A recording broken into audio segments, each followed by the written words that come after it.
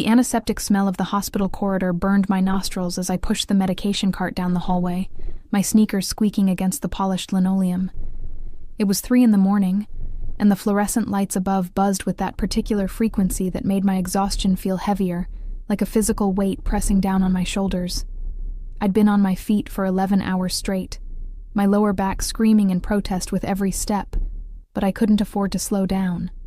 Not when I needed every extra shift I could get. My fingers trembled slightly as I checked the patient charts, the words blurring together. Mrs. Chen in 304 needed her blood pressure medication. Mr. Rodriguez in 307 was due for his insulin. The routine was mechanical, my body moving on autopilot while my mind wandered to darker places. To the stack of bills on my kitchen counter. To the eviction notice that had arrived last week. To the daughter I hadn't seen in 3 days because of these back-to-back shifts. I stopped at the nurse's station to log the medication rounds, and that's when I heard it, the elevator chiming at the end of the hall. Nothing unusual about that, except it was the executive elevator, the one that required a special key card and only went to the VIP wing on the top floor, the one that regular staff like me weren't supposed to even look at. The doors slid open with a whisper of expensive machinery, and my breath caught in my throat. 3 men stepped out first, and they weren't wearing hospital scrubs or white coats. These men wore tailored black suits that probably cost more than I made in 6 months, their eyes scanning the corridor with the methodical precision of security cameras. They moved like predators, all controlled power and coiled violence, and something primal in me recognized danger when I saw it. Then he emerged. I don't know what made me look up. Maybe it was the sudden shift in the air pressure, or maybe it was the way everyone else in the hallway seemed to instinctively shrink back. But I looked up, and I forgot how to breathe. He was tall, well over 6 feet, with shoulders that filled out his charcoal suit in a way that suggested power barely contained. Dark hair swept back from a face that could have been carved from marble, all sharp angles and aristocratic lines, with a jaw that looked like it had never known softness. But it was his eyes that trapped me, dark and fathomless, scanning the hospital corridor with an intensity that made me feel like he was cataloging every detail, every weakness, every threat. The scent reached me even from 20 feet away, expensive cologne mixed with something darker, like leather and smoke and danger. It cut through the hospital's sterile smell like a knife through silk. I quickly looked down at my charts, my heart hammering against my ribs. Don't stare, don't draw attention. Don't. Excuse me. The voice was deep, cultured, with an accent that spoke of old money and older power.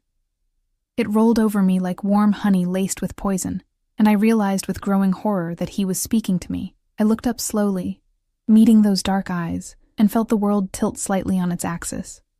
Yes? My voice came out smaller than I intended, barely above a whisper. He took a step closer, and his security detail moved with him like synchronized shadows. Up close, I could see the fine weave of his suit, the platinum watch on his wrist that probably cost more than my car, the way his presence seemed to fill all the available space and demand more. I'm looking for the intensive care unit, he said, his gaze never leaving my face. Private suite 1201. Top floor, I managed, pointing toward the executive elevator he'd just exited. But that's the VIP wing. You'll need... I have clearance. He produced a black card from his breast pocket, and I caught a glimpse of gold lettering I couldn't quite read. Can you show me the way? It wasn't really a question. The way he said it made it clear that refusal wasn't an option, even though every instinct I had was screaming at me to run in the opposite direction. I'm not assigned to that floor, I said, clutching the medication chart to my chest like a shield. I'm sure one of the VIP nurses can... I'm asking you. 3 words, spoken quietly, but they carried the weight of absolute authority. This was a man who was used to being obeyed, who had probably never heard the word no in his entire life. And the way he was looking at me, with that dark, unreadable intensity, made me feel like a butterfly pinned to a board. I swallowed hard. Of course, this way. I led them to the elevator, acutely aware of his presence behind me, of the way his security detail moved in perfect formation. of the way other staff members seemed to materialize out of nowhere and then quickly disappear when they saw who was in the corridor. The head nurse, Maria, shot me a wide-eyed look from the nurse's station, her expression a mixture of concern and confusion. Inside the elevator, the space felt impossibly small. He stood close enough that I could feel the heat radiating from his body, could smell that intoxicating scent of expensive cologne and danger. One of his guards pressed the button for the top floor, and the doors slid closed with a soft hiss that sounded like a trap snapping shut. "What's your name?" he asked, his voice cutting through the silence. "Emma." I kept my eyes fixed on the digital display above the doors. Floor 3, Floor 4, Emma Walsh. Emma. The way he said it, slow and deliberate, made it sound like something precious. "How long have you worked here?" 2 years. Floor 5. Floor 6. Why was this elevator so slow? "I'm just a nurse, nothing special." I doubt that. I made the mistake of glancing at him and found him watching me with an expression I couldn't decipher. There was something in his eyes, interest maybe, or calculation, or something darker that made my pulse quicken in a way that had nothing to do with fear and everything to do with a different kind of danger. The elevator chimed, and the doors opened onto a floor I'd only seen once during orientation. The VIP wing was a different world. Plush carpeting instead of linoleum, artwork on the walls, private suites instead of shared rooms. This was where the wealthy came to suffer in comfort, where discretion was purchased along with premium medical care. I led him down the hushed corridor to Suite 1201, my hands shaking slightly as I checked the door number. "Here you are, Mr. Nikolai." He stepped closer, and I found myself backed against the wall beside the door, trapped between his body and the expensive wallpaper. He wasn't touching me, but he didn't need to. His presence alone was enough to make me feel caged. Nikolai Volkov. The name rang a distant bell, something I'd heard whispered in the break room, or caught in snatches of news reports I was too tired to fully process. Something about organized crime, about a family that ran the city from the shadows, about a man who was as dangerous as he was, powerful. "I should get back to my rounds," I said, trying to edge sideways. But there was nowhere to go. "You're afraid." It wasn't a question, and there was something almost like amusement in his voice. "Smart girl, you should be." Before I could respond, the door to Suite 1201 opened, and a doctor I didn't recognize appeared, an older man with silver hair and an expensive suit that marked him as private, not hospital staff. "Mr. Volkov, we've been waiting." The doctor stopped when he saw me, his eyes widening slightly. "I see you found your way. Emma was kind enough to escort me." Nikolai finally stepped back, giving me room to breathe, but his eyes never left my face. "Thank you for your assistance." I nodded, too flustered to speak, and practically fled back to the elevator. My hands were still shaking when I pressed the button, and I could feel his gaze on my back the entire time, burning like a brand. The elevator doors finally opened, a different elevator, the regular one, and I stumbled inside, leaning against the wall as soon as the doors closed. My heart was racing, my palms sweaty, and I couldn't shake the feeling that something had just shifted in my carefully controlled world. I made it back to the 3rd floor and threw myself into my work, trying to forget those dark eyes and that dangerous voice. But throughout the rest of my shift, I couldn't stop thinking about him, couldn't stop feeling the ghost of his presence. At 6 a.m., my shift finally ended. I changed out of my scrubs in the staff locker room, my movements mechanical with exhaustion. My phone buzzed. A text from my sister asking if I could pick up Lily from school today. I responded with a quick yes, even though I had another shift starting at 6 p.m. I'd figure it out. I always did. I was halfway across the parking lot, fumbling for my car keys in my oversized purse, when I heard it. The screech of tires, the roar of an engine. I looked up just in time to see a black SUV careening around the corner, heading straight for the parking lot entrance at a speed that was definitely not safe for a hospital zone. I jumped back instinctively, my purse flying from my hands and spilling its contents across the asphalt.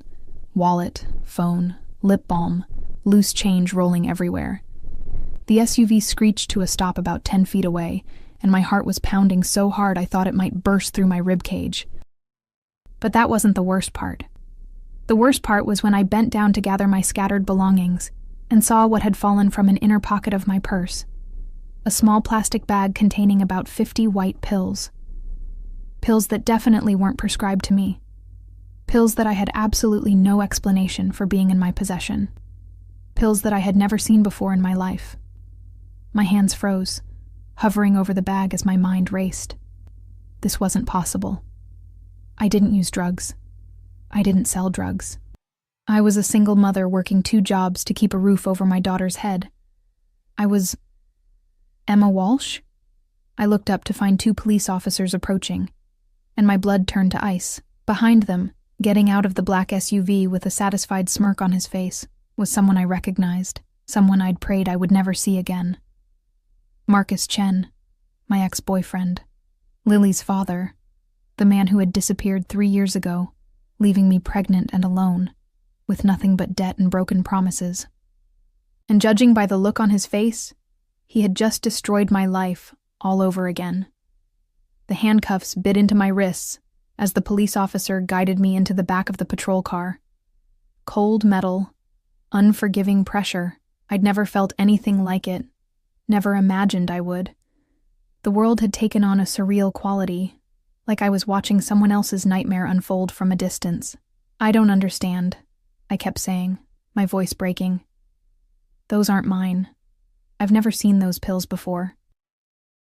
Please, you have to believe me. The female officer, Rodriguez according to her name tag, gave me a look that was equal parts sympathy and skepticism. Ma'am, they were in your purse. That's possession. We need to take you in for processing. Through the window, I could see Marcus leaning against his SUV, talking on his phone. Even from here, I could see the satisfaction on his face, the cruel twist of his mouth. He looked different than I remembered. Harder, meaner, wearing expensive clothes that didn't match the struggling musician he'd been 3 years ago. Our eyes met across the parking lot, and he smiled. Actually smiled. That's when I knew. This wasn't an accident. This wasn't a coincidence. Marcus had done this deliberately, had planted those drugs in my purse somehow, had called the police, and made sure they'd be here at exactly the right moment to catch me. But why? Why now? After 3 years of silence, the patrol car pulled away from the hospital, and I watched everything I'd worked for disappear in the rearview mirror. My job, my reputation, my daughter. Oh God, Lily. Please, I said, leaning forward as much as the seatbelt would allow. I have a daughter. She's 4 years old. I need to call my sister. You'll get your phone call at the station, Officer Rodriguez said, not unkindly. Just try to stay calm. Stay calm. How was I supposed to stay calm when my entire world was collapsing? The police station was a blur of fluorescent lights and bureaucratic efficiency. They took my fingerprints, my mugshot, my statement, which didn't matter because who would believe me? A struggling single mother found with 50 pills of what turned out to be oxycodone. It looked exactly like what they thought it was. A nurse stealing from the hospital pharmacy to sell on the street. They let me make my phone call. I called my sister, Sarah, and tried to keep my voice steady as I explained what had happened. She didn't understand. How could she? I barely understood it myself. Just get Lily from daycare, I said, fighting back tears. Don't tell her anything yet. I'll figure this out. The officer gestured that my time was up. I spent 6 hours in a holding cell, staring at gray walls and trying not to panic. They said I'd see a judge for bail hearing in the morning. They said I should call a lawyer. They said a lot of things that didn't matter because I didn't have money for a lawyer, didn't have money for bail, didn't have anything except a daughter who needed me, and a job I'd almost certainly lost. It was nearly 2 p.m. when they came to get me. Not for the bail hearing. That wouldn't be until tomorrow morning. No, they were moving me to a different cell, something about processing and paperwork, and I was too numb to care anymore. The officer led me down a different corridor, one that seemed quieter than the rest of the station. My legs felt like lead, my mind foggy with exhaustion and shock. I'd been awake for over 30 hours now, and reality had started to feel increasingly untethered. We stopped at a door marked Interview Room 3, and confusion flickered through my haze. I thought you were moving me to a different cell. The officer didn't answer, just opened the door and gestured for me to enter. The room was small, with a metal table and 4 chairs. And sitting in one of those chairs, looking completely out of place in this institutional setting, was Nikolai Volkov. He'd removed his suit jacket, and his white dress shirt was rolled up at the sleeves, revealing forearms corded with muscle. He was leaning back in his chair with the casual confidence of a man who owned everything around him, including, apparently, this police station. "Uncuff her," he said, his voice cutting through my shock. The officer hesitated. "Sir, the regulations, now." One word, spoken quietly. But the officer immediately moved to remove my handcuffs. The moment they clicked open, I felt Nikolai's eyes on my wrists, on the red marks the metal had left behind. Something dark flickered across his face, something that made my breath catch. "Leave us," he said, and the officer practically fled from the room. The door closed with a soft click that sounded unnaturally loud in the sudden silence. I stood there, frozen, unable to process what was happening. "What are you doing here?" "Sit down, Emma." It wasn't a request. My legs gave out, and I collapsed into the chair across from him more than sat. Up close, in the harsh fluorescent lighting, I could see details I'd missed in the hospital corridor, the faint scar along his jawline, the way his dark eyes seemed to see through every defense I'd ever built, the controlled power in every movement. "I don't understand," I whispered. "Why would you—" "Tell me what happened." He leaned forward, his elbows on the table, his full attention focused on me with an intensity that made me feel stripped bare, everything. So I did. Maybe it was exhaustion, or shock, or the fact that nothing made sense anymore anyway. I told him about finishing my shift, about the SUV, about my purse spilling and the drugs I'd never seen before, about Marcus appearing like a ghost from my worst nightmares, about the satisfied look on his face when the police arrested me. Nikolai listened without interrupting, his expression unreadable. But I noticed his hands. They'd formed fists on the table, the knuckles white with tension. "Marcus Chen," he said when I finished. "Your ex-boyfriend? Lily's father." The words tasted bitter. "He left when I was pregnant. I haven't seen or heard from him in 3 years. I don't know why he'd do this. Why he'd—" "I do." The certainty in his voice made me look up. He was watching me with an expression that sent chills down my spine. Not fear, exactly, but the recognition that I was looking at a predator who had just identified his prey. "What do you mean?" Instead of answering, he pulled out his phone and made a call. "Dimitri, I need everything on Marcus Chen, where he's been, who he's been working for, what debts he owes. I want it in 30 minutes. He paused, listening. "No, not 30 minutes. 20. He ended the call and turned his attention back to me. "Marcus Chen has been working for the Zhao family for the past 18 months. Small-time smuggling, mostly. He owes them approximately $300,000. My mind reeled. "How do you know that? Why would you know that?" A slight smile curved his lips, but there was no warmth in it. "Because the Zhao family operates in my city, Emma. And I make it my business to know everyone who does." The implications of what he was saying slowly penetrated my exhausted brain. "You're—" "Yes." He didn't elaborate, didn't need to. The single word confirmed what I'd already suspected in the hospital corridor. I should have been terrified. I should have been running for the door, screaming for help. But instead, I heard myself ask, "What does this have to do with me? Why would Marcus set me up? Insurance." Nikolai's jaw tightened. "The Zhao family lost a shipment 2 weeks ago. $50,000 worth of pharmaceutical-grade opioids. They think Marcus stole it, and they're right. He needed a scapegoat, someone to take the fall while he disappears.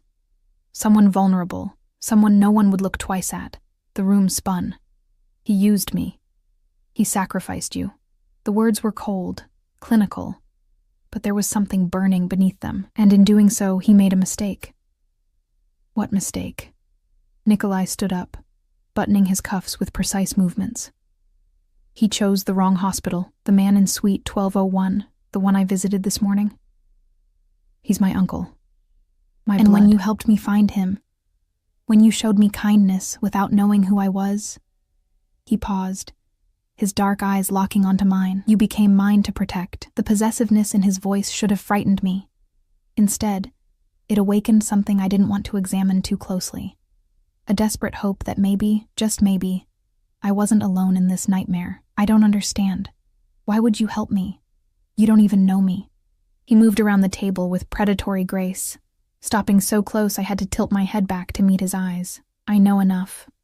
I know you work 2 jobs to support your daughter. I know you've been covering shifts for other nurses who needed time off. I know you haven't taken a vacation in 2 years. I know you're exactly what you appear to be. Good, honest, innocent.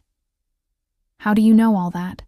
Because I own this city, Emma, and from the moment you looked up at me in that corridor, from the moment I saw fear and kindness warring in your eyes. He reached out, his fingers brushing the red marks on my wrist with surprising gentleness. I made you my business. His touch sent electricity through me, and I jerked back instinctively. He smiled, and this time there was something dark and satisfied in the expression. The charges will be dropped, he said, returning to his side of the table. You'll be released within the hour. Your job at the hospital will be waiting for you, along with a formal apology from the administration and the police department. How can you? Because I can. Simple. Absolute. But there are conditions. Of course there were. Nothing in life was free, especially not salvation from a man like Nikolai Volkov. What conditions? My voice came out steadier than I felt. Marcus Chen owes the Zhao family money. Money he doesn't have, because he already spent it trying to establish himself as independent. He set you up to buy himself time to run. But running won't save him, Emma. Not from them, and certainly not from me. I don't want revenge. I just want my life back. Too late for that. He leaned forward, his eyes boring into mine. Marcus knows you saw him. He knows you can identify him. And when the Zhao family realizes the police arrested the wrong person, they'll come looking for answers. They'll come looking for you and your daughter. Terror flooded through me, cold and paralyzing. Lily. Oh God, Lily. I have men watching your sister's house right now. Your daughter is safe, but she'll only stay safe if you agree to my terms. I wanted to argue, to fight, to maintain some semblance of independence, but I was a mother first, and Lily's safety trumped everything else. What do you want? You and your daughter move into my estate, under my protection, under my name. You work at the private medical facility I own instead of the public hospital. Better pay, better hours, and most importantly, controlled access. No one gets to you without going through me first. It sounded like a cage wrapped in silk. For how long? Until I've dealt with Marcus and neutralized the threat from the Zhao family, he paused. Or until you choose to leave. That last part surprised me. I can leave? You're not a prisoner, Emma. You're under my protection. There's a difference. His eyes darkened. Though I should warn you, I'm not good at letting go of things I consider mine. There it was again. That possessive edge that should have terrified me, but instead made something flutter low in my stomach. And if I say no, then I walk out of this room, and you take your chances with the legal system, with Marcus, with the Zhao family. You gamble with your life and your daughter's future. He stood up, preparing to leave. Choose quickly, Emma. My patience has limits. I thought of Lily, of her bright smile and infectious laugh, of the way she called me Mama and trusted me to keep her safe. I thought of Marcus's satisfied smirk, of the drugs planted in my purse, of how easily my life had been destroyed in a single moment. I thought of having nowhere else to turn. Okay, I whispered. We'll come. Nikolai's smile was triumphant and terrifying in equal measure. Smart girl. He moved to the door, then paused with his hand on the handle. One more thing, Emma. From this moment forward, you don't speak to anyone about our arrangement without my permission. You don't go anywhere without security. And most importantly, he turned back, his expression deadly serious. You trust no one but me. Understood? I nodded, my throat too tight for words. Good. He opened the door and I heard voices in the corridor, authoritative, deferential. Someone will take you to collect your daughter. Pack what you need for both of you. My men will handle the rest. Then he was gone, leaving me alone in the interview room with the scent of his cologne and the terrifying realization that I'd just traded one kind of danger for another. But at least this danger had promised to keep Lily safe, and for that, I would have made a deal with the devil himself. The estate was nothing like I'd imagined, though I'm not sure what I'd expected from a man like Nikolai Volkov. Maybe something dark and fortress-like, all concrete walls and armed guards. Instead, the car, a sleek black Mercedes with bulletproof windows and a driver who looked like he could bench press a tank, pulled through ornate iron gates into what could only be described as a private paradise. Lily pressed her face against the window, her eyes wide with wonder. "Mama, is this a castle?" "Something like that, baby." My voice sounded hollow even to my own ears. The main house rose 3 stories from manicured grounds, all cream-colored stone and tall windows that glinted in the late afternoon sun. Gardens sprawled in every direction.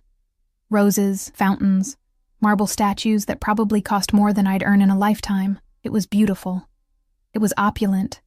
It was a cage wrapped in beauty, just as I'd suspected. Sarah had handed Lily over with questions I couldn't answer and concern written all over her face. "Emma, what's going on? Who are these men? Why do you have bodyguards?"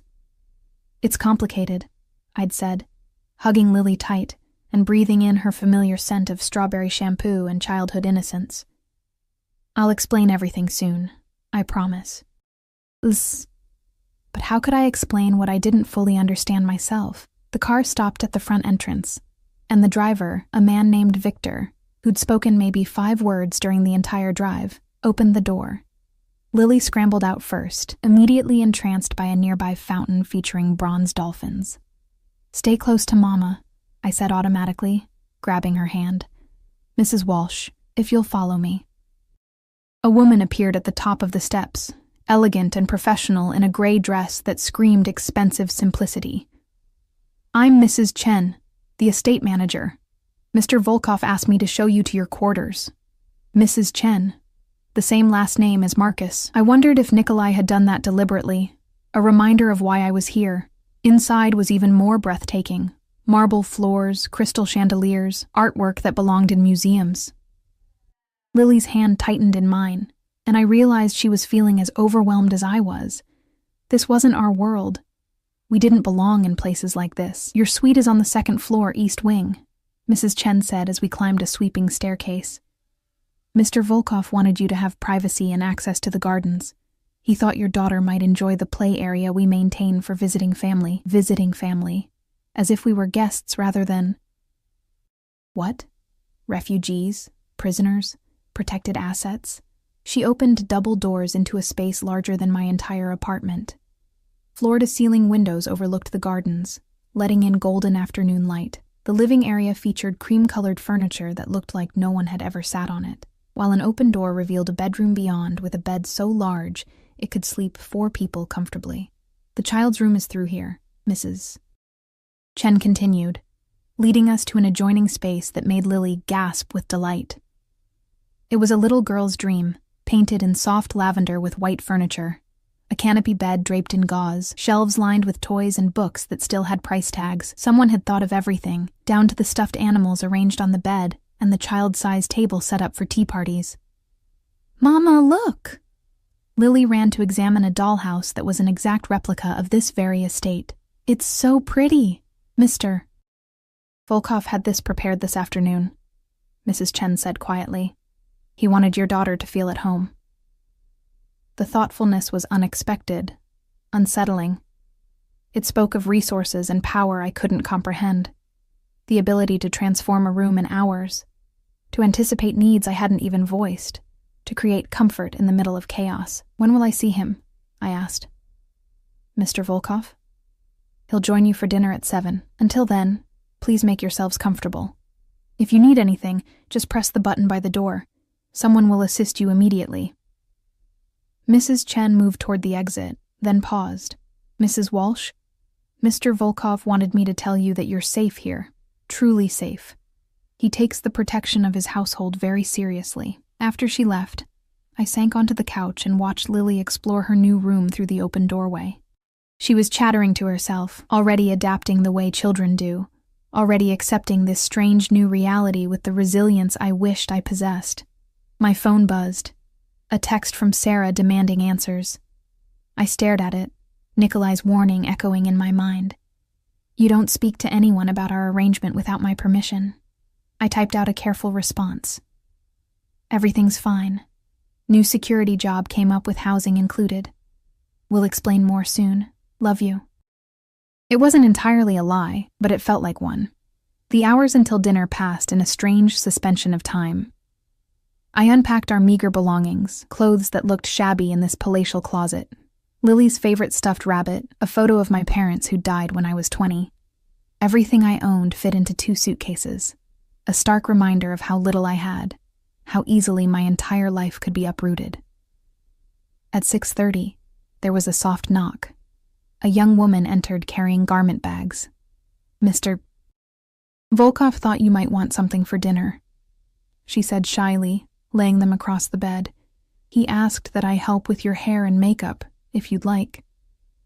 Inside the bags were dresses, elegant, expensive, in styles that would actually flatter my figure. Size 6, exactly right. Of course, Nikolai would know my size. He seemed to know everything else. I chose a simple navy dress, declining the makeup help, but accepting assistance with my hair. The woman, her name was Irina, styled it into a loose updo that made me look sophisticated, almost beautiful. Almost like I belonged here. Lily wore a pink dress that had been included in the haul, and she twirled in front of the mirror, delighted. "I look like a princess." "You are a princess," I said, kissing the top of her head and trying not to think about the cost of everything we were wearing. Mrs. Chen returned at 7 precisely to escort us to dinner. We walked through corridors lined with art I didn't recognize but suspected was priceless, past rooms whose purposes I could only guess at. The house seemed to go on forever, a labyrinth of luxury. The dining room was more intimate than I'd expected. A round table set for 3, candles flickering in crystal holders, windows overlooking gardens now lit by strategically placed lights that turned the landscaping into something magical. And there, standing by the window with a glass of what looked like whiskey, was Nikolai. He'd changed into dark slacks and a black dress shirt, the sleeves rolled up the way they'd been in the police station. He looked relaxed, dangerous, completely at ease in this world of wealth and power. When he turned and saw us, something flickered across his face. Satisfaction, possession, and something else I couldn't name. Emma. My name on his lips sounded different than when other people said it, weighted with meaning I didn't understand. "I'm glad you're here." His eyes traveled over me, taking in the dress, the hair, every detail. And I felt suddenly exposed despite being fully clothed. Then his gaze shifted to Lily, and his expression softened in a way I hadn't thought possible. "And you must be Lily." He crouched down to her level, making himself less intimidating. "I'm Nikolai. Welcome to my home." Lily, who was usually shy with strangers, studied him with the intense scrutiny only a 4-year-old could manage. "You have a big house." "I do. Do you like it?" "Uh-huh, especially the dollhouse, and the dolphins." She tilted her head. "Are you Mama's friend?" "Yes," he said without hesitation, his eyes flicking to mine. "I'm your Mama's very good friend." The lie, if it was a lie, came so smoothly. But Lily accepted it with a nod, and Nikolai straightened, gesturing to the table. "Shall we eat? I hope you're both hungry." Dinner was surreal. Courses appeared as if by magic. Soup, salad, perfectly cooked salmon with vegetables Lily actually ate without complaining. Nikolai kept the conversation light, asking Lily about her favorite toys, her daycare, what she wanted to be when she grew up. He was charming, attentive, and if I hadn't known who and what he was, I might have believed he was exactly what he appeared to be, a wealthy man being kind to a woman and child who needed help. But I did know, and I couldn't forget the controlled violence in his security detail, the way people obeyed him without question, the darkness that lurked behind those watchful eyes. After Lily started yawning into her dessert, Mrs. Chen appeared to take her up to bed. "I'll read her a story and stay until she falls asleep," she assured me when I started to protest. "It's all right," Nikolai said quietly. "Let Mrs. Chen handle it. You and I need to talk." Once Lily was gone, the air in the room seemed to thicken. Nikolai refilled his whiskey and poured me a glass of white wine without asking if I wanted it. I took it anyway, needing something to do with my hands. "She's lovely," he said, returning to his seat. "She has your eyes, and her father's smile." The words came out more bitter than I intended. Not that he ever stuck around to see it. Marcus Chen made many mistakes in his life. Leaving you was the first, crossing me was the last. The casual certainty in his voice sent chills down my spine. What are you going to do to him? What do you want me to do to him? He leaned back, watching me over the rim of his glass. He tried to destroy your life, Emma. He used you as a disposable pawn. He put your daughter at risk. What do you think he deserves? I wanted to say mercy. I wanted to be the bigger person, to prove I wasn't capable of the darkness I saw in Nikolai's eyes. But when I thought of Lily, of how close I'd come to losing her, of the fear and helplessness I'd felt in that holding cell, I want him to pay, I whispered. I want him to understand what he did to us. Good. Nikolai's smile was predatory. Because he will. But first, I need information from you. Everything you remember about Marcus. His friends, his habits, places he liked to go, anything that might help me find him before the Zhao family does, so I told him. It felt like excavating a grave, pulling up memories I'd buried deep, the apartment we'd shared, the clubs where Marcus played his music, the friends who'd enabled his worst impulses. It wasn't much, and most of it was 3 years old, but Nikolai listened intently, occasionally asking questions that revealed just how thoroughly he understood the city's criminal underbelly. He'll run to his cousin in Brooklyn, Nikolai said when I finished. David Chen. Small-time fence thinks he's smarter than he is. I'll have men there by morning, and then what? Then I'll have a conversation with Marcus about the consequences of his choices. He stood up, moving to the window. But that's not your concern, Emma. Your concern is adjusting to life here, keeping Lily happy and safe, and starting your new position at my medical facility next week. Just like that, I'm supposed to pretend everything's normal. Normal is relative.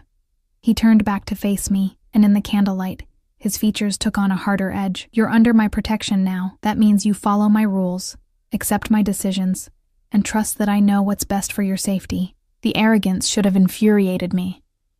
Instead, it awoke something I didn't want to acknowledge.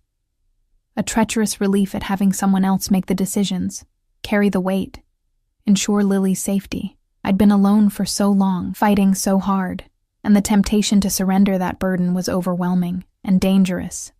I'm not good at following rules, I said, meeting his gaze, or accepting other people's decisions. No? He crossed the space between us with predatory grace, stopping close enough that I could smell his cologne, feel the heat of his body. Then let me make something very clear, Emma. I don't care what you're good at. I care about keeping you alive. And if that means you have to sacrifice some of your independence, some of your pride, then that's a price you'll pay, because the alternative, the Zhao family finding you, Marcus using Lily as leverage, you ending up in a ditch somewhere, is unacceptable to me. Why? The question burst out before I could stop it. Why do you care? You don't know me. You don't owe me anything. So why go to all this trouble? He reached out, his fingers tracing the curve of my jaw with a gentleness that contradicted everything else about him. Because from the moment I saw you in that hospital corridor, exhausted and kind and so goddamn beautiful it hurt to look at you, I knew you were mine to protect, mine to keep, mine. The possessiveness in his voice should have terrified me. Instead, it ignited something low in my belly, a heat that had nothing to do with fear and everything to do with the dangerous attraction I'd been trying to deny since I first met his eyes. That's insane, I whispered. Yes. His thumb brushed across my lower lip, and my breath caught. But I've never claimed to be sane, Emma. I'm a violent man who's done terrible things. I've killed, stolen, destroyed lives without remorse. But you, his eyes burned into mine. You're different, you're good, and I'm going to keep you that way, even if it means keeping you locked in a cage made of silk and gold. He stepped back abruptly, as if touching me had burned him. Go to bed, Emma. Tomorrow, we'll discuss your new work schedule and security protocols. For tonight, just rest. You're safe here. I wanted to argue, to demand more answers, to understand what I'd gotten myself into. But exhaustion was pulling at me like an undertow. and Lily was upstairs waiting, and maybe, just maybe, I needed to accept that some questions didn't have comfortable answers. "Good night, Nikolai," I said quietly. "Good night, Emma." He turned back to the window, dismissing me. "Sleep well. Tomorrow, everything changes." I walked back through the labyrinth of corridors, finding my way by instinct and the discreet guidance of a guard stationed at every turn. When I finally reached our suite, I found Lily fast asleep in her canopy bed, Mrs. Chen sitting in a chair nearby with a book. "She went down easy," the older woman said softly. "Tired from all the excitement. I'll leave you now. But if you need anything during the night, just press the call button." Alone in my own oversized bed, staring at the ceiling through gauze curtains that filtered moonlight into something dreamlike, I finally let myself process everything that had happened. 24 hours ago, I'd been a single mother working double shifts and barely scraping by. Now I was living in a mansion under the protection of a man who spoke of ownership like it was romance, who promised violence as if it were devotion. I should have been planning my escape. Instead, I was thinking about the way his thumb had felt against my lip, the promise in his dark eyes, the terrifying security of being claimed by someone powerful enough to destroy anyone who threatened me. My phone buzzed one last time before I silenced it, a text from an unknown number. "Sleep well, Emma. My men are watching. You're safe." I shouldn't have found comfort in that message. But as I drifted off to sleep, surrounded by luxury I hadn't earned and protection I'd never asked for, I realized that safety had become more precious than freedom, and that realization scared me more than anything else. 3 days passed in a blur of routine that felt anything but normal. Each morning, I woke to find breakfast already prepared in the suite's kitchenette, fresh fruit, pastries, coffee that tasted like liquid gold. Lily adapted with the ease of childhood, already befriending the gardener's daughter and spending hours in the play area that had indeed been designed for visiting family members I'd never met. I should have felt like a guest. Instead, I felt like a bird in a gilded cage, beautiful and trapped in equal measure. Nikolai was everywhere and nowhere. I'd catch glimpses of him through windows, crossing the courtyard with men in dark suits, taking phone calls in what I'd learned was his study, disappearing into black cars that returned hours later. But he never approached, never sought me out, maintaining a distance that felt deliberate and confusing. On the 4th morning, Mrs. Chen informed me that I'd be starting at the medical facility that afternoon. "Mr. Volkov wants you to meet the staff and familiarize yourself with the space," she said, handing me a tablet with facility information. "Victor will drive you at noon." The Volkov Medical Center was nothing like the overcrowded public hospital I'd left behind. Located in a converted brownstone in one of the city's most exclusive neighborhoods, it catered to clients who valued discretion as much as quality care. The lobby looked more like a luxury hotel than a medical facility. All marble and soft lighting and artwork that probably cost more than most people's homes. Dr. Sarah Kim, the facility director, gave me a tour that left my head spinning. Private recovery suites with hotel-quality amenities, state-of-the-art equipment I'd only read about in medical journals, a staff-to-patient ratio that actually allowed for quality care instead of the assembly line medicine I was used to. "We primarily handle elective procedures, rehabilitation, and what I like to call discrete medical needs," Dr. Kim explained as we walked through the pristine halls. "Our clients value privacy above all else. Many are public figures who can't risk their medical information becoming news, and some are criminals who can't risk going to a regular hospital," I said quietly. Dr. Kim didn't flinch. "We don't judge our patients, Emma. We treat them. That's all that matters here." She paused outside a door marked Private Office, E. Walsh. "This is yours. Mr. Volkov was very specific about wanting you to have your own space." The office was small but beautifully appointed. A desk, comfortable chairs, a window overlooking a private garden. On the desk sat a framed photo I recognized immediately. Me and Lily at the park last summer, both of us laughing at something I couldn't remember. I'd kept that photo on my bedside table in our old apartment. Someone had gone through my things. Someone had chosen this specific photo and framed it and placed it here. The invasion of privacy should have angered me. Instead, I felt something more complicated, a mixture of violation and tenderness that I didn't want to examine too closely. Your schedule is flexible, Dr. Kim continued. Mr. Volkov insisted that you be able to pick up Lily from daycare yourself. We've arranged for a driver to take you when needed, and if there are emergencies, we have on-call staff to cover. This is too much, I said, overwhelmed. The office, the flexibility, Mr. Volkov takes care of his people. Dr. Kim's expression was kind, but firm. Let him. Trust me, it's easier that way. I spent the afternoon reviewing patient files and meeting staff, all of whom treated me with a deference I hadn't earned. They knew. Everyone knew that I was under Nikolai Volkov's protection, and that made me untouchable, valuable, dangerous to cross. It was nearly 6 when Victor drove me back to the estate. Lily was in the gardens with Mrs. Chen, feeding the koi in the ornamental pond, her laughter carrying across the manicured lawns. The sight made my chest ache with a happiness I didn't trust. This wasn't real. This couldn't last. But God, watching my daughter thrive in a way she never had before, was intoxicating. Emma. I turned to find Nikolai standing on the terrace, and my heart did something complicated in my chest. He'd removed his suit jacket, his shirt sleeves rolled up, looking more relaxed than I'd seen him. But there was something in his expression, tension, maybe, or anticipation, that set my nerves on edge. "How was your first day?" he asked as I climbed the terrace steps. Overwhelming, beautiful, confusing. I stopped a few feet away, maintaining distance I wasn't sure either of us wanted. "You went through my things, the photo in my office. I wanted you to have something familiar." No apology, just statement of fact. "Did it upset you?" "I don't know what I am anymore," I admitted. Grateful, angry, confused, scared, all of it at once.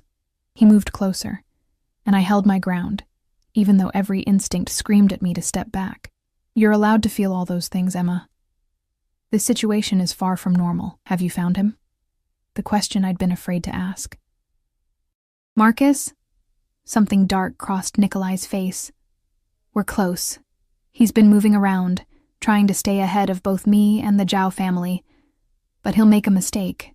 They always do. And when you find him, that depends." He reached out, tucking a strand of hair behind my ear with a gentleness that seemed at odds with the violence I knew he was capable of. "On what you want me to do." Before I could answer, his phone buzzed. He glanced at it, and his entire demeanor changed, the relaxation vanishing, replaced by cold, lethal focus. "I need to take this. Go inside, Emma. Now." The urgency in his voice triggered every alarm bell I had. "What's wrong?" "Inside. Now." He was already moving toward the house, phone pressed to his ear, speaking rapid Russian to whoever was on the other end. I hurried after him, fear crawling up my spine. Something was wrong. Something was very wrong. Inside, the house had transformed into controlled chaos. Men in dark suits moved through corridors with purpose, weapons I tried not to look at too closely visible beneath their jackets.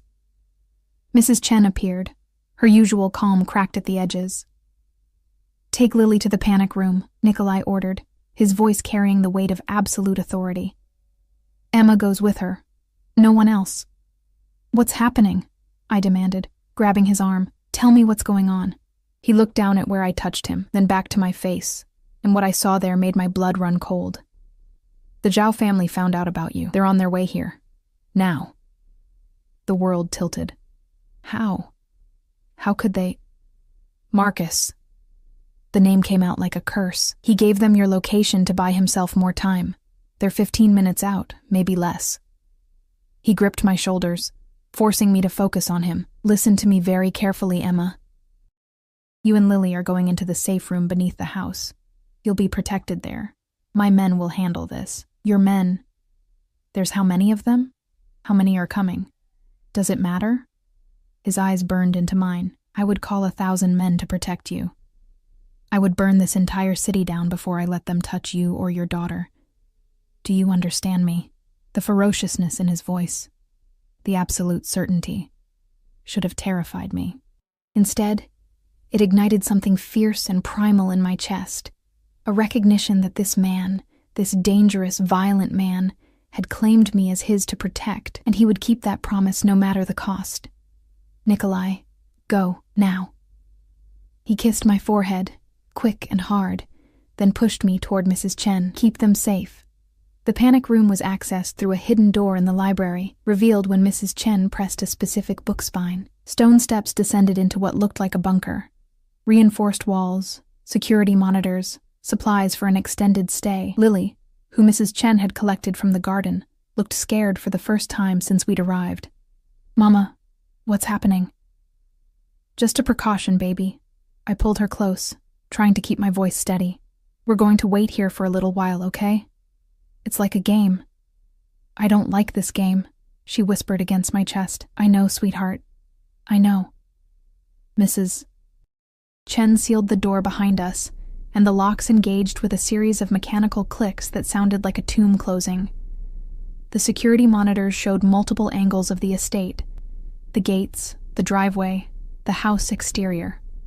On one screen, I could see Nikolai standing in the courtyard, surrounded by what looked like at least 40 men in tactical gear. 40 men. To protect me. The absurdity and gravity of it hit me simultaneously. "Mrs. Walsh," Mrs. Chen said softly, "you should see this." She pointed to another monitor, this one showing the road leading to the estate. My breath caught. Cars. So many cars. Black SUVs moving in formation. At least 20 of them. Maybe more. "That's the Zhao family?" I whispered. "And their associates." Mrs. Chen's face was grim. "They brought an army." On the main monitor, I watched Nikolai give orders, his men spreading out in defensive positions. He looked calm, almost relaxed, as if he faced small armies every day. Maybe he did. What did I really know about his life? About the violence he'd casually mentioned committing? The cars reached the gate, stopped. For a long moment, nothing happened. Then the shooting started. Even through the reinforced walls, I could hear it. The rapid crack of gunfire, the shouts, the chaos. Lily clamped her hands over her ears, and I pulled her into my lap, covering her body with mine, useless protection against what was happening above us. The monitors showed hell. Muzzle flashes in the growing darkness. Men taking cover behind vehicles, walls, statues. The beautiful gardens being torn apart by bullets. And in the center of it all, Nikolai, moving with lethal precision, returning fire with a calm that spoke of extensive experience. "How long will this last?" I asked Mrs. Chen, my voice shaking. "Until one side wins or retreats." She was watching the monitors with the detachment of someone who'd seen this before. "The Zhao family is trying to send a message. Mr. Volkov is sending one back." Minutes crawled by like hours. On screen, I watched bodies fall. Some of Nikolai's men, more of the attackers. The violence was surreal, like watching an action movie, except this was real. These were real bullets, real blood, real death, happening because of me. Then on one monitor, I saw something that made my heart stop. More cars, dozens of them. Coming from every direction, surrounding the Zhao family's forces like a closing fist. "What?" I started. "Reinforcements." Mrs. Chen's lips curved into a small smile. Mr. Volkov called in the families allied to him. The Sokolovs, the Petrovs, the Ivanovs. Every Russian organization in the city just showed up to defend his territory. I watched in awe as what had to be hundreds of men emerged from the newly arrived vehicles. The Zhao family, realizing they were suddenly outnumbered at least 3-1, began retreating. The shooting intensified briefly, then started to fade as the attackers fled. It was over in less than 30 minutes. 30 minutes that felt like a lifetime. The all-clear signal came through. 3 long tones on the intercom system. Mrs. Chen unlocked the door, and we emerged into a house that looked untouched, as if the battle outside had never happened. But when I stepped onto the terrace, I could see the damage, bullet holes in the stone walls, shattered windows, flowers destroyed, fountains cracked, and bodies, oh God. The bodies being loaded into vehicles, covered with tarps, disappeared with the efficiency of people who'd done this many times before. Nikolai stood in the courtyard, covered in what looked like someone else's blood, talking to men I didn't recognize. His suit was ruined, his face grim, but he was alive. He was alive. The relief that flooded through me was overwhelming, confusing, terrifying in its intensity. He saw me on the terrace and said something to the men around him before striding toward the house. His men parted before him like water, and I saw the respect. No, the worship in their eyes as he passed. This was who he really was, not the charming man who'd been kind to Lily at dinner, not the protective figure who'd promised to keep me safe. This was Nikolai Volkov, the ruthless head of the Russian Bratva, who commanded armies and waged wars and left bodies in his wake. He took the terrace steps 2 at a time, stopping directly in front of me. Up close, I could see the blood splattered across his shirt, the cut above his left eyebrow, the fury still burning in his dark eyes. "Are you hurt?" His hands were on my face, tilting it toward the light, checking for injuries that didn't exist. "I'm fine. We're fine." My voice came out steadier than I felt. "You're bleeding." "It's nothing." He dismissed the cut with a wave. "Emma, I need you to understand something. What you just witnessed. That's the world I live in. That's who I am. Violence, death, war. It's my reality. And now it's yours too, because of me." "Because of Marcus," I corrected. "He's the one who—" "No." His grip tightened on my face, forcing me to meet his eyes. "This is on me. I claimed you, made you mine, and that put a target on your back. The Zhao family came here to send me a message. That they can reach my people, hurt what I protect. They failed today, but they'll try again. Everyone will. Now that they know you matter to me." The revelation hung between us, heavy and significant. "I matter to you. Yes." No hesitation, no softening of the admission. "You matter. More than you should. More than is wise. More than I can afford. But I can't seem to make myself care about the consequences." On the monitor, I could still see through the terrace doors. Bodies were being cleared, damage assessed. The world Nikolai had just described made visceral and real. I should have been repulsed. I should have been planning to run the moment I had the chance.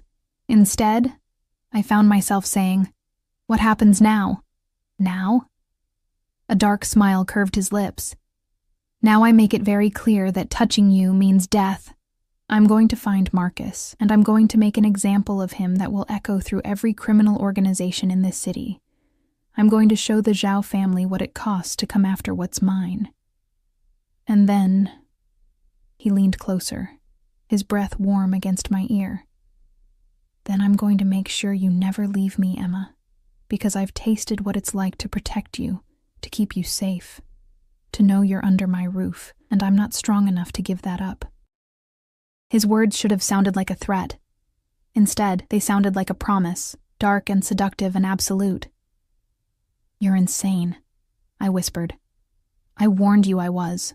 He pulled back, his eyes searching mine. "Tell me to stop, Emma. Tell me you want to leave, and I'll arrange safe passage for you and Lily somewhere far from here. New identities, new lives, protection from a distance. Just say the word." It was a test, maybe, or an out. A chance to escape before I fell any deeper into this dangerous, seductive world. I thought of Lily upstairs, traumatized by what she'd heard. I thought of the bodies being cleared from the gardens. I thought of the violence that would always be part of Nikolai's life, the danger that came with being his. And then, I thought of his hands on my face, checking for injuries, the way he'd called in an army to protect me. The absolute certainty in his voice when he said I mattered. "I'm not leaving," I said, and watched something fierce and triumphant flare in his eyes. "Good." He kissed me then, hard and possessive and tasting of violence and promise, because I wasn't going to let you go anyway. 2 weeks passed before Nikolai found Marcus. 2 weeks of settling into a routine that felt increasingly less like captivity and more like something else. Something dangerous and addictive that I was afraid to name. I worked at the medical facility, picked up Lily from the private school Nikolai had enrolled her in, returned each evening to the estate that had started to feel disturbingly like home. The attack had left visible scars, repaired windows, new stonework, gardens still recovering from the violence, but it had also left invisible ones. Lily had nightmares the first few nights, waking up crying about loud noises and bad men. I'd hold her until she fell back asleep, then lie awake wondering what kind of mother allowed her daughter to live in a world where gunfights were a reality. But then morning would come, and Lily would laugh at breakfast with Mrs. Chen, play in gardens patrolled by armed guards she'd learned to see as friendly protectors, ask when Mr. Nikolai would be home for dinner. She was adapting, thriving even, in ways that made my guilt and gratitude war inside my chest. Nikolai himself had been different since the attack. More present, more openly possessive. He'd taken to having dinner with us most nights, listening to Lily chatter about her day with a patience I wouldn't have thought him capable of. And after she went to bed, he'd pour us wine and we'd talk about everything and nothing, carefully avoiding the most dangerous topics while circling ever closer to truths neither of us was ready to voice. The tension between us had become almost unbearable. Every accidental touch felt electric. Every shared glance carried weight.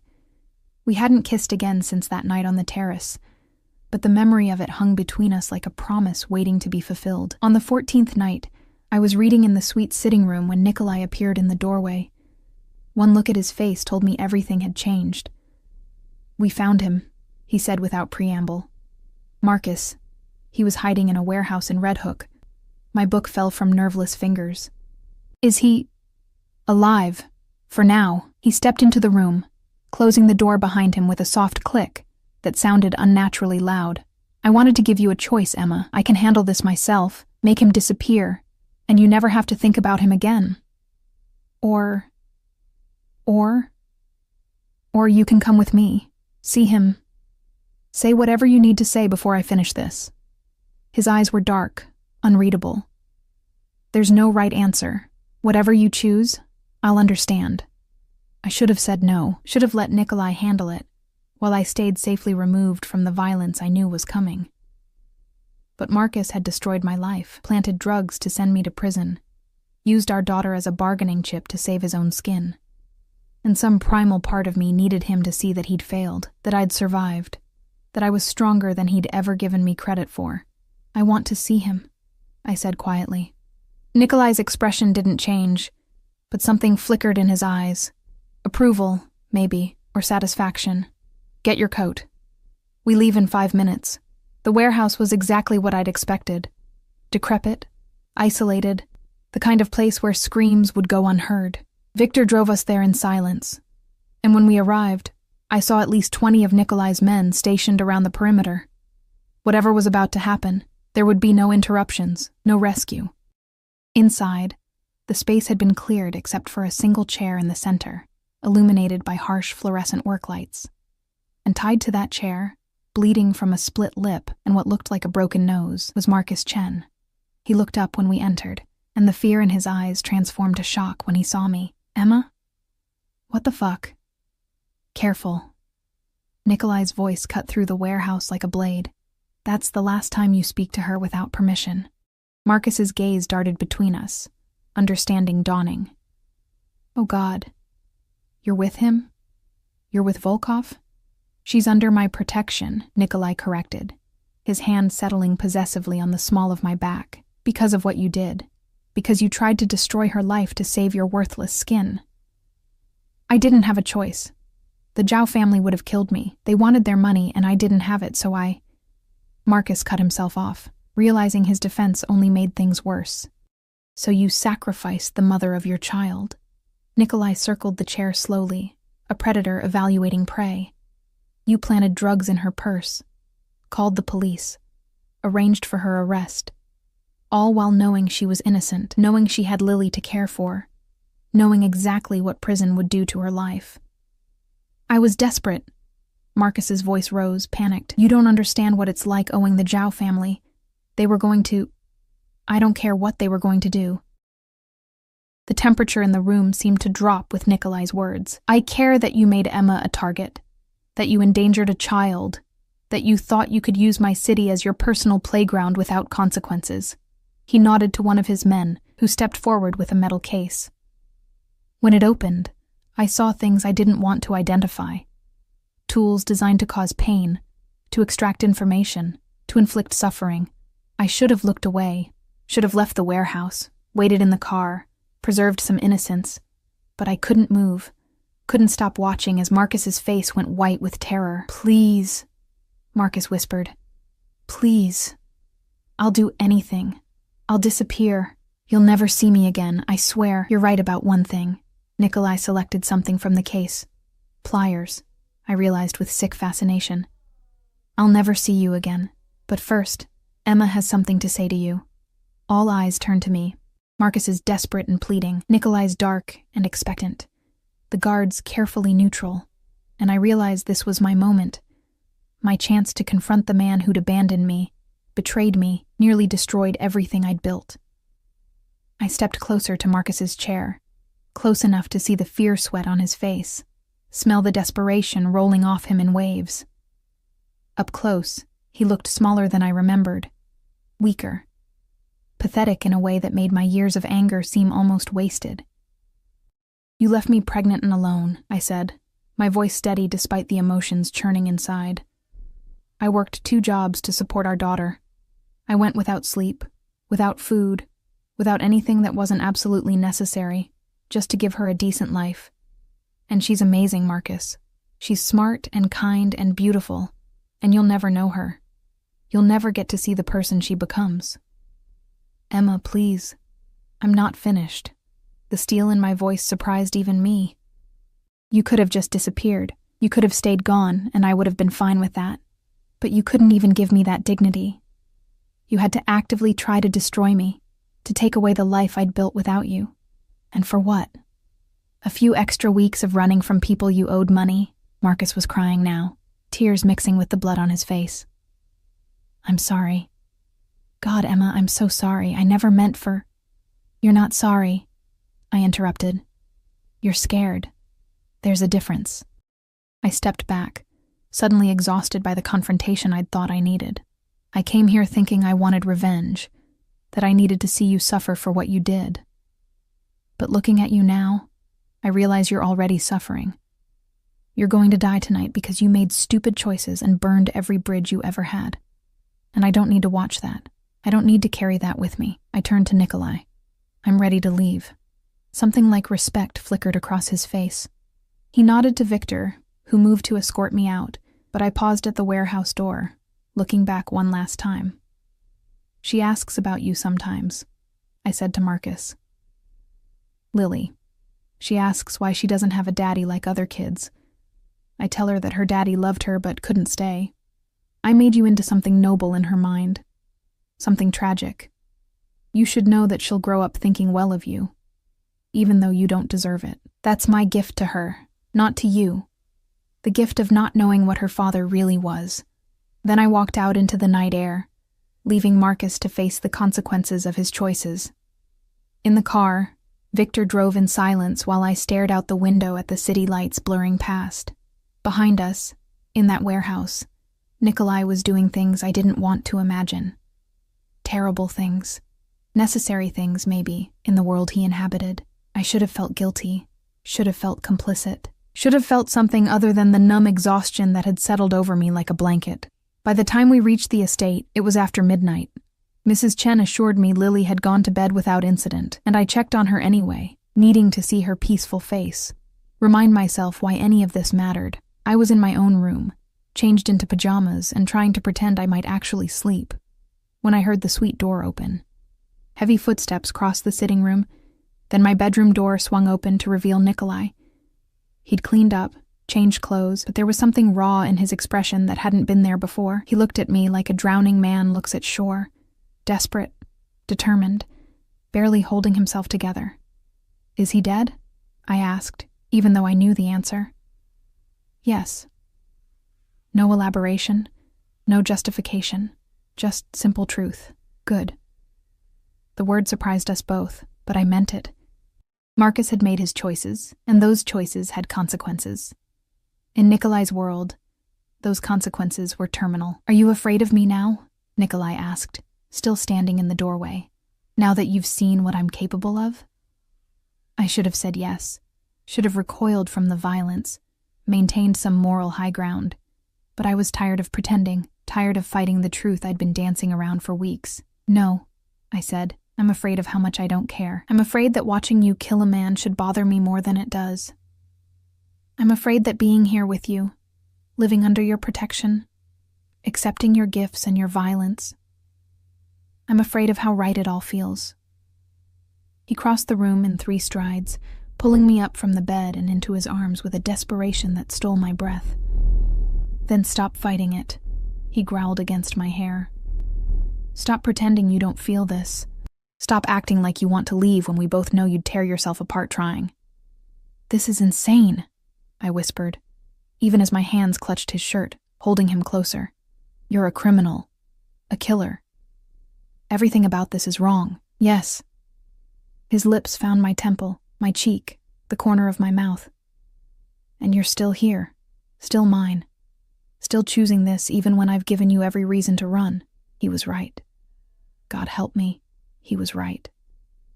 I'd had chances to leave, opportunities to escape with Lily to somewhere safe, but I hadn't taken them, because somewhere between the police station and tonight, between fear and protection, between danger and desire, I'd stopped seeing Nikolai as my captor and started seeing him as something more complicated. I can't promise you safety, he said, pulling back to look at me with eyes that burned with intensity. My life is violence and danger and things you shouldn't have to witness. But I can promise you this. I will protect you and Lily with everything I have. I will destroy anyone who threatens you.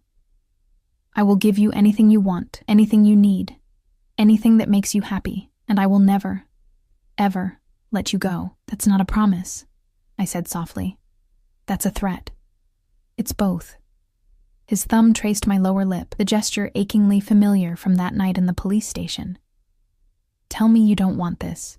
Tell me you don't feel it too, and I'll walk out of this room right now. I'll keep you safe.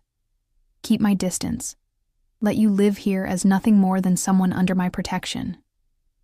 Just say the words. I should have said them.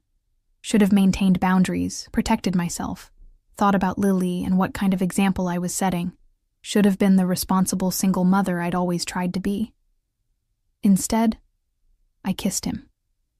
It was different from the brief, possessive kiss on the terrace. This was desperate and hungry and filled with weeks of tension finally breaking free, his hands tangled in my hair, tilting my head to deepen the kiss. And I melted into him with a surrender that should have terrified me, but instead felt like coming home. When we finally broke apart, both breathing hard, he rested his forehead against mine. Say it, he demanded. Say you're mine. I'm yours. The words came easily, naturally, like they'd been waiting weeks to be spoken. God help me, I'm yours. The smile that crossed his face was pure triumph, mixed with something softer, relief, maybe, or joy, or the same desperate happiness I felt blooming in my chest, despite every logical reason not to.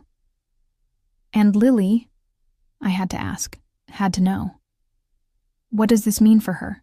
It means she gains a father who will actually protect her. His voice was fierce. I'll adopt her legally, give her my name, make sure she never wants for anything. She'll grow up safe, educated, prepared for whatever life she chooses. And anyone who tries to hurt her will face the same fate as Marcus Chen. Violence and devotion, inextricably linked. That was who Nikolai Volkov was, and I was choosing him anyway. This is crazy, I said again. But there was no conviction in it anymore. Yes, he agreed, pulling me back into his arms. But you've always known that. 6 months later, I stood in the estate gardens watching Lily chase butterflies with the unself-conscious joy of a 5-year-old who'd never known real fear. She called Nikolai Papa now, had done so since the adoption was finalized 3 months ago. He was surprisingly good with her, patient, attentive, genuinely interested in her endless questions and observations. The Zhao family had been dealt with. I didn't ask for details, and Nikolai didn't offer them. All I knew was that they'd ceased to be a threat, their operations absorbed into Nikolai's empire, or eliminated entirely. The medical facility thrived under my partial management. Dr. Kim had been promoted, and I'd taken on more administrative duties that allowed me to work from home several days a week. It wasn't the career I'd imagined, but it was fulfilling in ways I hadn't expected. Sarah had finally accepted that my life had changed irrevocably. She visited sometimes, always accompanied by guards Nikolai insisted on, always leaving with more questions than answers.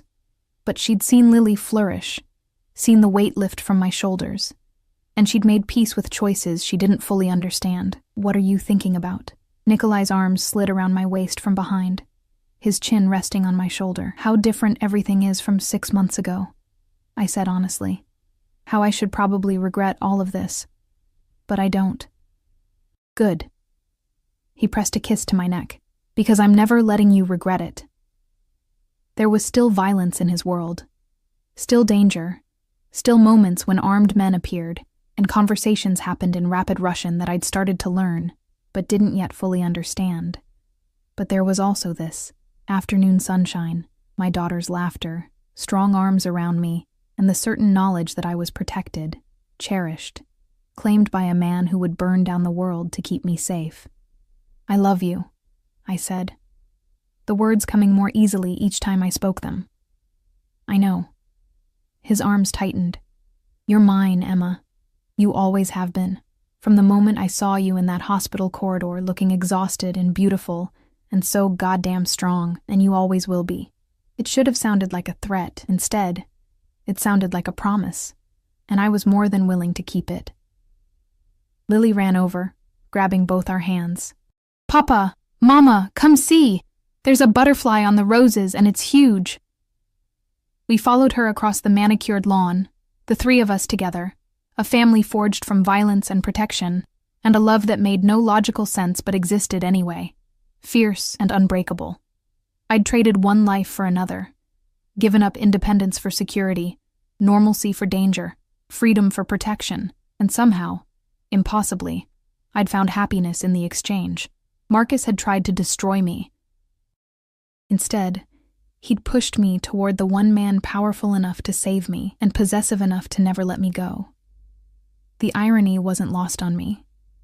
But as I watched Nikolai crouch down to examine the butterfly with Lily, his dangerous face softened by genuine affection for the daughter who'd stolen his heart as thoroughly as I had, I realized I didn't care about irony. I cared about this, about us, about the strange, violent, beautiful life we'd built from the ashes of my old one, and I wouldn't change a single thing. The sun set over the estate, painting the gardens in shades of gold and amber. Inside, dinner would be waiting, prepared by staff who'd become family, served in a dining room where violence and tenderness existed in equal measure. Later, after Lily was asleep, Nikolai and I would retreat to the bedroom we now shared, where he'd hold me like I was precious and claim me like I was his. Because I was his, completely, irrevocably, dangerously his. And I'd never been happier.